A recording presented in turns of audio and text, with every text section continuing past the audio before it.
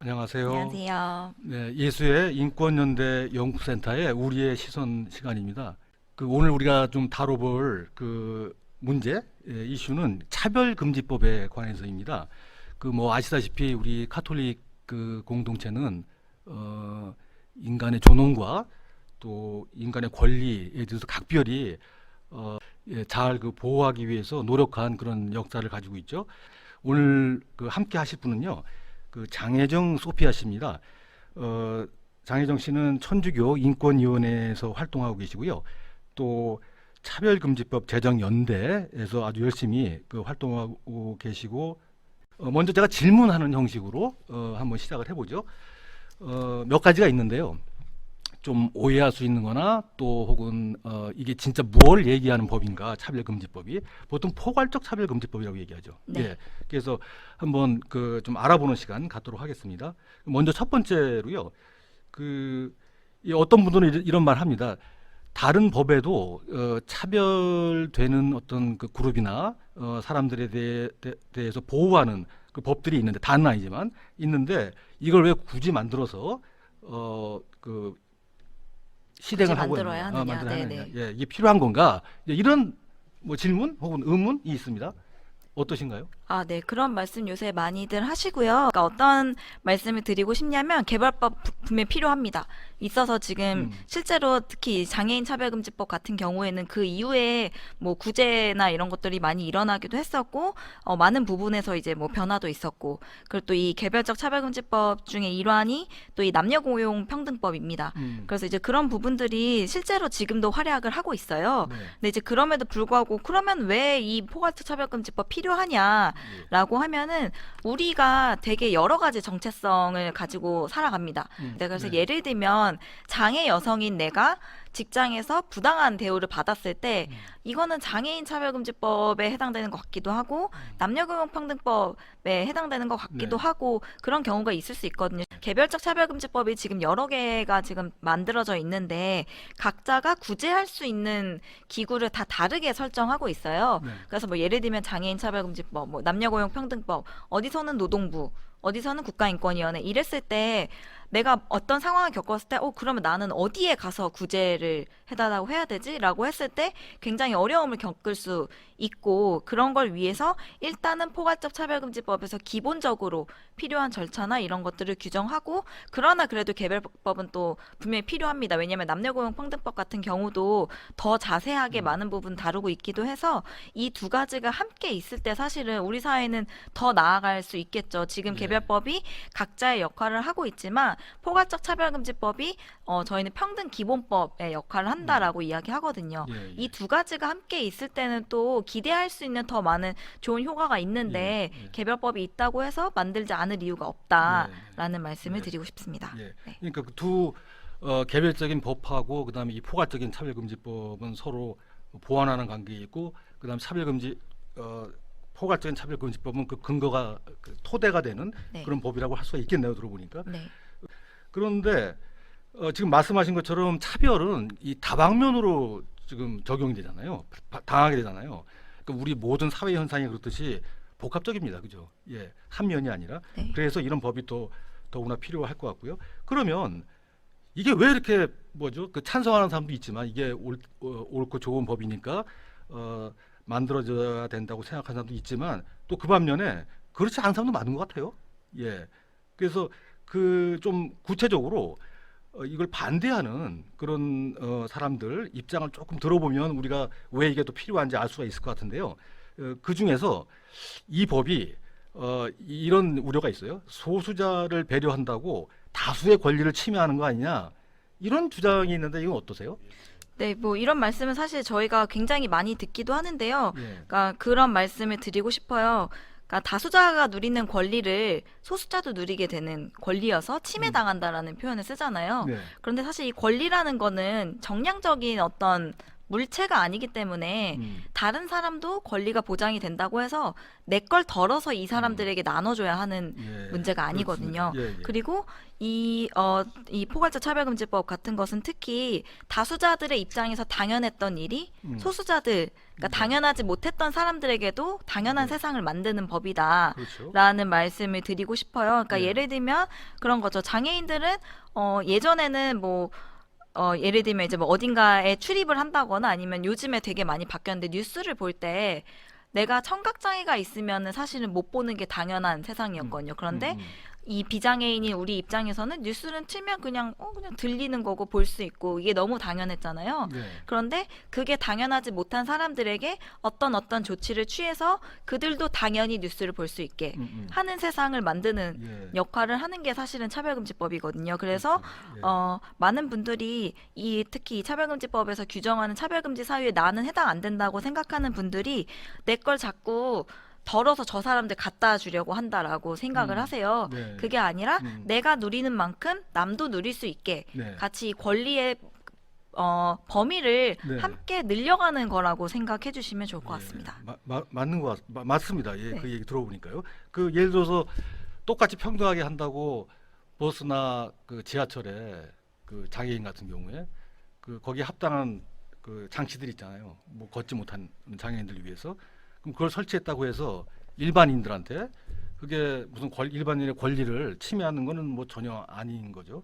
게다가 뭐 어느 사회나 그렇지만은 소수자의 권익과 그 인권이 보호되는 사회일수록 훌륭한 사회죠. 예, 좋은 사회죠. 예, 그래서 먼저 좀 배려를 해야 되는 건 당연한 것 같아요. 이 침해하는 게 아니라 다수자의 권리를. 좀 더 나가 보면요. 이런 뭐 반박 이외에도 이 가장 이제 논란거리가 되는 것 같은데 그 굉장히 많은 차별 금지의 대상이 있는데 그 항목들이 있는데 그 중에서 유독 뭐 성적 지향이나 성별 정체성, 그 성적 지향을 그러면은 법이 그분들이 이해하는 어떤 성에 대한 그런 견해를 반해서 법으로 새로 만드는 것이냐 이런 우려겠죠. 예, 우려 아니면 좀 잘못된 이해가 아닌가 싶은데 네, 어떠신가요? 그러니까 한마디로 이제 노골적으로 얘기하면은 동성애자를 합법화 시켜주는 네. 법이다라고 이제 예, 예. 많이들 표현들 하세요. 근데 네. 이 뭔가 이 법으로서 합법화를 한다는 거에 대한 용어에 우리가 좀 오해 혹은 좀 약간 잘못 쓰이는 용어인 것 같아요. 왜냐하면 이게 합법화란 얘기는 지금 불법인 상황에서 법적으로 허용한다가 되어야 되는 거거든요. 근데 네. 뭐 여쭤봤을 때 지금 그러면은 성소수자들이 동성애자인 것은 불법인가? 그렇지 않거든요. 네. 지금도 성소수자들의 존재가 그런 불법이냐? 당연히 그렇지 않고요. 그럼 뭐 그런 성소수자들의 성행위에 대해서 뭐 국가가 뭔가 나서서 규제하느냐? 군형법이 있긴 하지만 어쨌든 네. 그건 좀 특수한 경우이고 네. 그렇지 않은 상황에서 이 합법화라는 표현은 옳지 않다. 그건 약간 잘못된 용례이고요. 네. 그리고 또 그러니까 뒤집어서 얘기하면 성소수자는 원래는 차별받아야 되는데 차별을 하지 말자고 하는 게 우리는 불만이다인 거잖아요. 어떻게 예, 보면 사실. 예, 예. 네, 그러면은 그렇게 역으로 질문했을 때 맞다. 우리는 성소수자가 차별받아야 되는데 그걸 하지 말라고 하니까 화가 났다라고 그러면 답변하실 수 있는가? 네, 네. 네, 저는 좀 질문을 드리고 싶습니다. 예, 네. 그렇네요. 그 사실은 이렇게 보니까 이 깔려 있는 것은 이걸 반대하는 분들이 동성애 문제가 가장 큰 것 같아요. 그죠? 그러니까 그 보통 생각할 때 뭐 이 규범을 벗어나 있는 것 같고 뭔가 좀 이상 징후 같고 혹은 낯설죠, 일단. 네. 윤리적으로 뭐 잘못된 거라고 이제 주장을 하게 되는데 그런데 뭐 거기 할 말이 많이 있죠. 물론 거기에. 그런데 사실 이 법은 동성애라는 말이 안 나오죠. 그렇죠. 예, 네. 예. 그런 말이 아예 없습니다. 그러니까 다른 길을 가고 있는 거예요, 지금. 예, 이 동성애 문제하고 그다음에 이 차별금지법에서 차별을 억제하고 제어하는 그런 그 법률들은 다른 건데 아마 이게 이제 확산이 되면 그렇게 될 것이다라고 좀 우려해서 그런 것 같은데 정말로 이게 이 차별금지법이 생기면은 성별 정체성과 성 정체성 그 성적 지향이 여기에 들어가 있으면은 안 된다고 주장을 하는 거죠. 그러면 정말 그럴까요? 이게 차별금지법이 있다고 해서 보통 전통적인 뭐 혼인과 가정과 또 뭐랄까 그것의 중요성 혹은 성과 저희는 사랑에 약간 대한 정상 아이디어가 가족이라고 예, 부르는데요. 그런 게 약간 뭐 음, 무너진다던가 예, 예, 아니면 또 뭐 노골적으로 음. 말씀드리면 문란한 네, 이런 성윤리가 뭐 음, 그러니까 성윤리가 붕괴된다거나 뭐 이런 음, 우려를 하시는 분들도 있죠. 네, 네. 네. 어떻게 봐야 돼요? 저는 좀 약간 일단은 몇 가지 지점에서 살펴보고 싶은 게, 예, 그러니까 사실은 한국 사회뿐만 아니라 특히 또 가톨릭에서 원하는 가정의 모습이 굉장히 정상가족 중심이잖아요. 음, 사실은 성가정이라는 것도 아버지와 엄마와 아들이 있는 이 세 가족을 네, 저희가 성가정이라고 부르기도 하고, 네, 그러면은 우리가 어쨌든 이 가톨릭에서 지키고자 하는 음, 그런 보통의 음, 일반적인 정상적인 가족의 모습을 고수했을 때 거기에서 벗어나게 되는 사람들이 겪는 어려움과 음, 그리고 또 이 차별을 겪는 어떤 그런 마음들 그런 거를 음, 살피는데 잘 네, 해왔었나라는 거를 좀 저는 여러 가지 면에서 이 또 성당 안에 활동을 해보면서 좀 그런 생각을 하기도 했었고요. 네, 그리고 사실은 가톨릭이 굉장히 보수적인 성 관념을 예, 이제 가지고 있잖아요. 가톨릭의 어떤 그 기존의 어떤 성관념에서 봤을 때는 놀랄 수 있을 거라고 음, 저는 생각을 해요. 어떻게 이성이 아닌 사람들이, 그러니까 그리고 사실은 가톨릭에서는 이 결혼 이외의 관계에서 성관계가 다 문란한 거잖아요, 네, 원래는. 네, 그럼 그랬을 때 사실은 이 가톨릭에서 우려하는 지점이 음, 정말로 동성 성관계인가? 음, 사실은 결혼 외의 관계에서 이루어지는 모든 것들이 다 가톨릭 입장에서는 우려되는 예, 예, 부분들이잖아요. 예, 그런데 그런 어떤 성관계들이 차별금지법 때문에 과연 음, 발생하는 것인가? 네, 네, 그렇지 않거든요. 예, 예, 그래 봤을 때 사실은 뭐 그런 여러 가지를 뭔가 돌아보면, 그러니까 가톨릭이 가지고 있는 어떤 관념과 음, 생각에서 이 법을 그렇게 바라보는 게 저는 무리는 아닐 수 있다. 네, 우리 입장에선 저건 너무 이상하고 네, 그러면 안 되는 것 같은데 음, 라고 느낄 수는 있죠. 네, 근데 그렇다고 해서 그러니까 이 법은 제정되면 안 되고, 그러니까 이런 모든 뭔가 성관념들이 무너지는 게 다 차별금지법 때문이다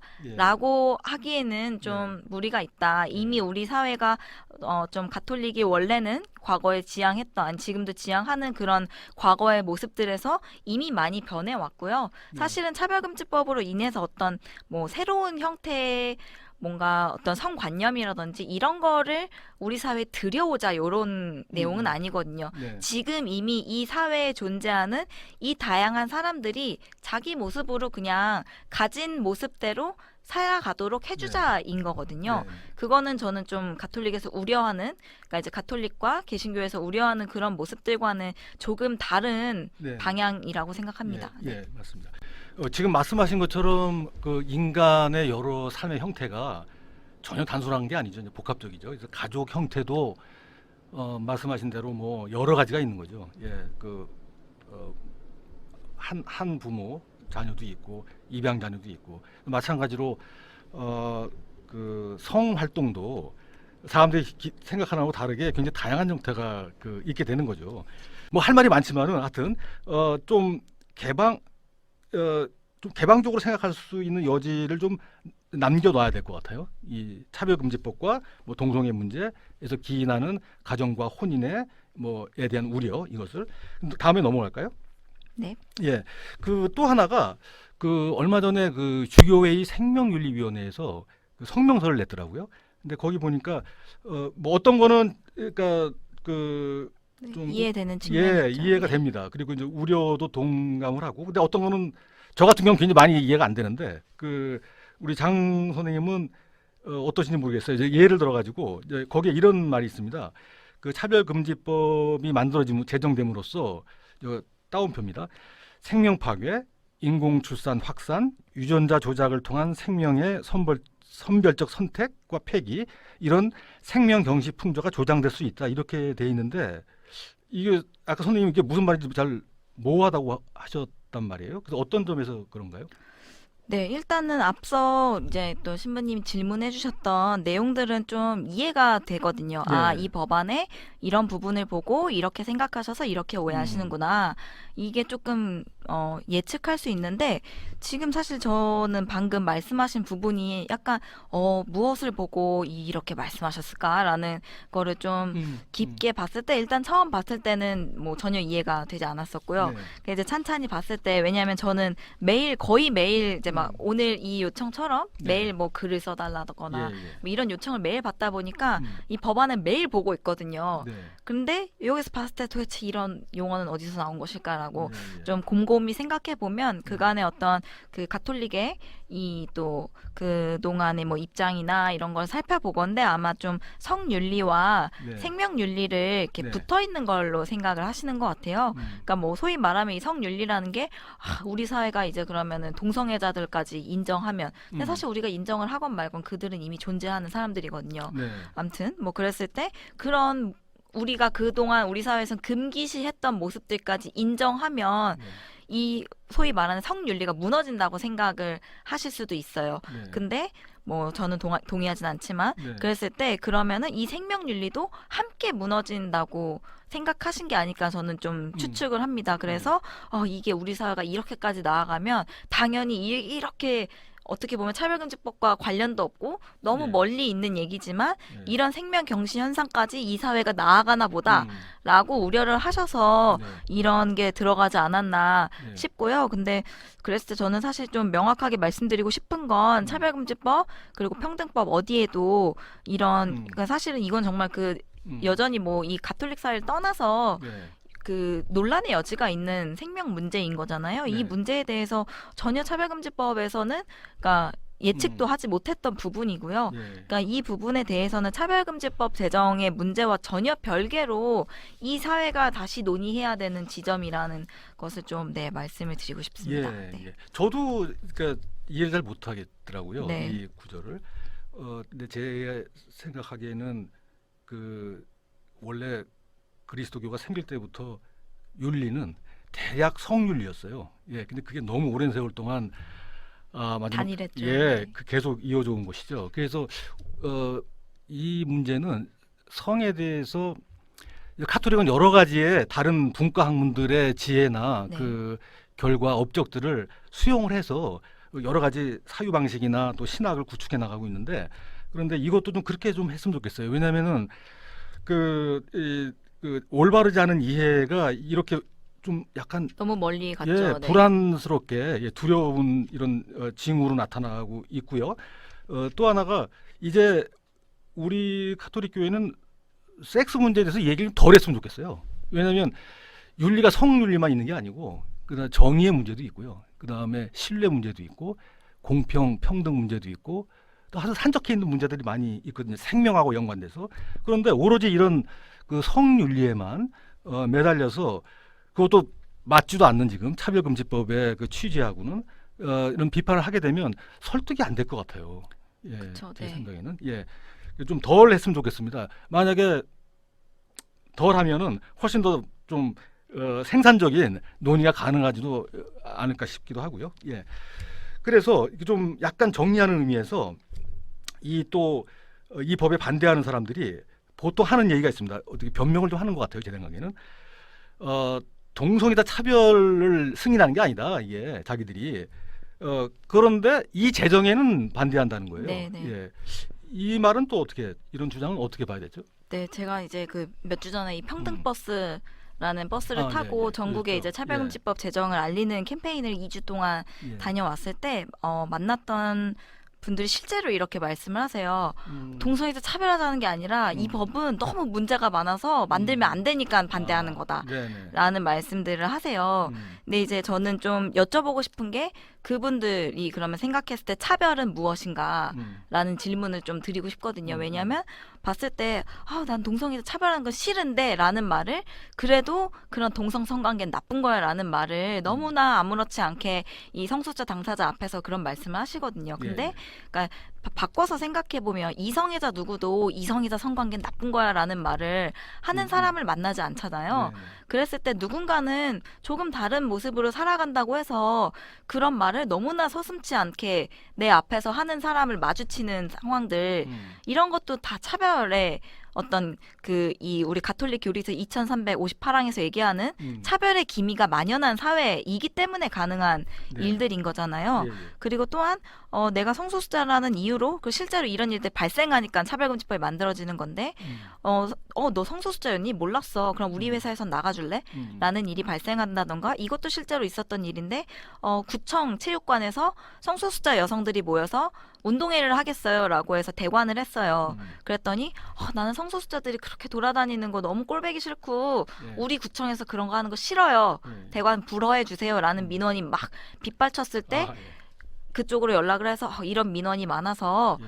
미안한데 대관 불허해야겠습니다 라고 예. 하는 상황들 지금 제가 말씀드린 것들은 사실 조금 바꿔서 얘기해보면 그런 거거든요. 장애인 체육대회를 연다 우리 구에서 그랬을 때 구청에 장애인들이 휠체어 타고 돌아다니고 저는 우리 구청에서 그런 거 하는 거 싫어요 라는 민원이 예. 빗발쳤을 때 과연 예. 그 구청에서 이런 민원이 들어왔으니까 이 행사 취소하겠습니다라고 할 수 있는가? 예. 예. 우리 사회가 생각했을 때 그런 거는 부당하다라는 감각이 있고 그건 차별이라고 생각할 거거든요. 예. 예. 그런 처분은 절대 못 할 거고요. 예. 근데 이게 조금 역으로 생각했을 때 동성애자들, 그러니까 성소수자들한테는 지금 그런 일들이 발생하고 있거든요. 이 사회에서. 예. 그러면 그들이 정말 차별 겪고 있는 요런 상황들을 하지 말라고 하는 게 차별금지법이거든요. 예. 그러면 했을 때 그러면 그런 주장을 하시는 분들이 생각하는 차별에 반대하는 것과 다른 모습인가? 저희가 반대하는 그리고 금지하고 싶어하는 차별은 이런 모습들이거든요. 내가 성소수자라는 걸 이야기하고서 치르는 체육대회를 그냥 할 수 있도록 예. 내가 성소수자란 이유로 직장에서 쫓아내지 않는 직장을 다닐 수 있는 권리 예. 이런 것들을 똑같이 보장하자는 게 차별금지법인데 네. 그렇다면 동성애자 차별하는 거 아니에요 라고 말씀하시는 분들도 이 정도엔 동의하시지 않을까. 예. 예. 그러면 당신도 차별금지법 제정에 찬성하시는 겁니다라는 예. 네, 말씀을 드리고 싶고 사실은 가톨릭에서도 그런 말을 많이들 하시더라고요. 그 이제 뭐 생명윤리위원회에서도 그런 말씀하셨고 뭐 가끔 저희 사무실에 전화하시거나 그런 분들도 보면 내가 동성애자를 차별하자는 게 아니라 이 법은 좀 아니다라고 말씀하시거든요. 그리고 우리 이 교리서에 있는 이 2358항 이야기도 또 이 뭐 신부님들도 그런 말씀하시는 분들 계시고 하시거든요. 보면은 2358항에 그들에게 어떠한 부당한 차별의 기미라도 보여서는 안 된다라고 명확하게 이제 규정이 되어 있어요. 그런데 여기서 말하는 차별은 저는 제가 해석하는 차별이란 아까 말씀드린 그런 상황들이 차별이라 생각하거든요. 예. 근데 과연 그러면 이거를 우리의 교리라고 믿고 있는 가톨릭 사회에서 감각하고 있는 생각하고 있는 이 차별의 기미란 무엇인가 저는 좀 답을 듣고 싶기도 합니다. 예. 왜냐하면 어떤 분들은 그렇게 생각하는 것 같아요. 너 동성애자야? 그러면 넌 좀 맞아야겠다 이러면서 그러니까 폭력 행위가 일어나는 것을 예. 차별이라고 생각하시는 것 같기도 해요. 아니 우리 사회에서 뭐 그런 일까지는 안 발생하잖아. 나도 그런 것까진 좀 아니라 생각해. 정도가 어떤 사람에겐 차별일 것이고요. 예. 제가 생각했을 때는 내 친구인 이 성소수자들이 제 주변에 어쩌다 보니까 성소수자 친구들이 많이 생겼거든요. 예. 그들이 나만큼만 살았으면 좋겠다. 그들이 내가 성소수자야 라고 말했을 때 제가 이성애자라고 말했을 때 아무 일이 없는 것처럼 예. 그들이 성소수자라고 말했을 때 아무 일이 없었으면 좋겠거든요. 제가 생각하는 차별은 그 정도이고 가톨릭 사회에서도 이제는 좀 심도 깊게 동성애자들에게 발생하는 차별의 기미란 무엇인가 그리고 그러면 가톨릭 사회는 어디까지 이 차별의 기미에 반대할 것인가 저는 지금 그게 조금 모호한 것 같아요. 예. 동성애자 차별에 반대한다라는 것을 이야기하면서 그것을 위한 액션은 아무것도 하지 않거든요, 사실은. 예. 예. 네, 그런 거에 대해서 우리가 좀 명확한 경계와 우리의 성찰을 좀 함께 예. 해봤으면 좋겠습니다. 예, 맞습니다. 네. 예. 저도 생각나는 게 이게 지금 동성애자 문제뿐만 아니라 동성애자한테 뭐 동성애자 아닌 사람들이 뭐 이른바 이성애자들이 하고 있는 게 사실은 모욕이고 혐오거든요. 그쵸. 예.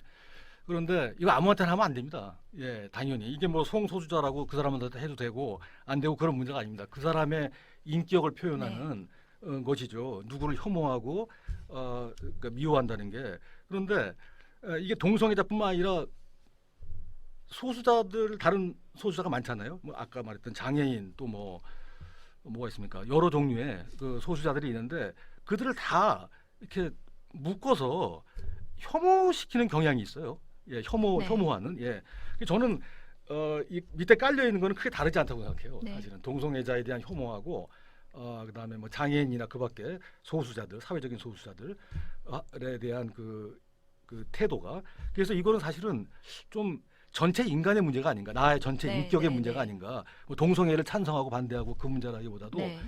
좀 넓게 좀 봐야 될 것 같고 그 다음에 동성애 경향을 갖고 있는데 그건 윤리적으로 옳지 뭐라고 할 수 않다. 있잖아요. 예, 네. 아니요, 옳지 않다. 그러다 옳다가 나쁘다가 아니라 그럴 수 있다는 거예요. 근데 행위하면 안 된다는 거예요. 그렇죠. 예, 그 앞에 걸 받아들이거든요. 그 다음에 행위는 안 된다는 거예요. 이게 말이 안 되죠, 사실은. 예, 그래서 이런 자기 모순도 있기 네. 때문에 좀 더 많은 뭐랄까 그러니까 인간 삶의 다양한 모습에 대해서 정말 깊이 생각을 하고 실제 이런 문제로 어려움을 겪는 고통을 겪는 사람들의 처지에서도 생각을 반드시 해야 됩니다. 예, 제 생각에는. 뭐 마지막으로 정리하는 겸해서 좀 어떤 말씀을 좀 차별금지법에 뭐 굉장히 좀 헌신하고 계신데 좀 어떤 방향으로 좀 가야 될 것 같은가요? 저희가 이번에 평등버스를 가면서 그런 네. 이야기를 많이 했어요. 한 사람의 존엄이 멈춰설 때 우리 모두의 존엄이 멈춰선다. 그러니까 이 사회에서 내가 가진 모습 때문에 차별받는 사람이 그리고 나의 존엄성이 무너지는 사람이 단 한 명이라도 있다면 그 사회의 인권 감수성은 그 정도인 거거든요. 네. 그러면 그랬을 때 내가 내가 다수자라 생각했지만 내가 갑자기 소수자의 상황에 처했을 때 이 사회도 그 정도로만 작동할 거거든요. 그렇기 때문에 너의 인권이 나의 인권이고 이 한 사람의 인권이 우리 모두의 인권이다라는 지점을 함께 생각해보고 정말 왜 모두를 위한 차별금지법인가. 네, 이제는 좀 사회가 여기에는 이 정도는 합의할 수 있으면 좋겠습니다. 네. 네. 아이고 뭐 저 인권 전문가실에서 아주 그 통찰력 있는 말씀 많이 하시네요. 저도 한마디 해도 돼요? 정리할 겸. 예. 저는 이제 교회 공동체에 좀 말씀을 드리고 싶어요. 이게 뭐냐면 저희 그 카톨릭 교회 공동체는 이게 있는 그대로의 공동체가 아닙니다. 예. 예수님의 삶과 죽음과 부활 안에서 계속 새로운 것을 만들어내는 공동체예요. 즉 종말론적인 공동체죠. 네. 아직 완성이 안 돼 있는 겁니다. 우리가 이성애자건 동성애자건 완성됐다고 볼 수가 없어요. 그다음에 우리는 성에 대해서 잘 몰라요. 이 신비입니다. 예, 뭐 두뇌가 어떤 역할을 하는지 뭐 많이 알려졌지만 또 모르는 것처럼 성에서도 몰라요. 근데 마치 다 이렇게 결정된 것처럼 주장을 하게 되면 가능성이 확 좁아져요. 그 대신에 우리 교회 공동체는 우리 보통 사람들하고 다른 여러 가지 종류의 타자들이 있습니다. 예, 이분들의 삶을 끼어안고 같이 감으로써 훨씬 많이 배울 수 있어요. 우리가 열려진 공동체고 네. 종말론적인 공동체다. 앞으로 나가야 될 과제가 많이 있고 길이 멀다. 그래서 그 사람들한테 그동안에는 억압되고 숨겨져 있던 그런 모습들을 발견해서 정말로 참다운 공동체로 조금씩 성장할 수가 있는 것이죠. 이런 식으로 딱 정한 다음에 이게 죄다 뭐 아니다 뭐 이렇게 논란을 벌이는 것은 예수님의 공동체가 아닌 것 같아요. 그래서 교회 공동체에 좀 더 넓은 좀 태도가 좀 요청이 되는 것 같아요. 예, 예. 오늘 그냥 처음으로 한번 차별금지법을 두고서 좀 이슈가 되는 것들을 우리 장혜정 씨하고 함께 얘기를 나눠봤습니다. 굉장히 좀 명쾌해진 것도 있고요. 뭐 여전히 뭐 아주 극소수만 다뤘기 작은 네, 부분만 네. 다뤘기 때문에 할 말이 많으실 것 같아요. 그래서 혹시 또 이렇게 기회가 있으면 좀 더 이렇게 좀 깊이 있게 또 생각해 볼 수 있는 시간을 마련하기로 하고 오늘은 여기서 끝낼까요? 네. 예, 맞습니다. 그래요. 예, 네. 감사합니다. 감사합니다. 예.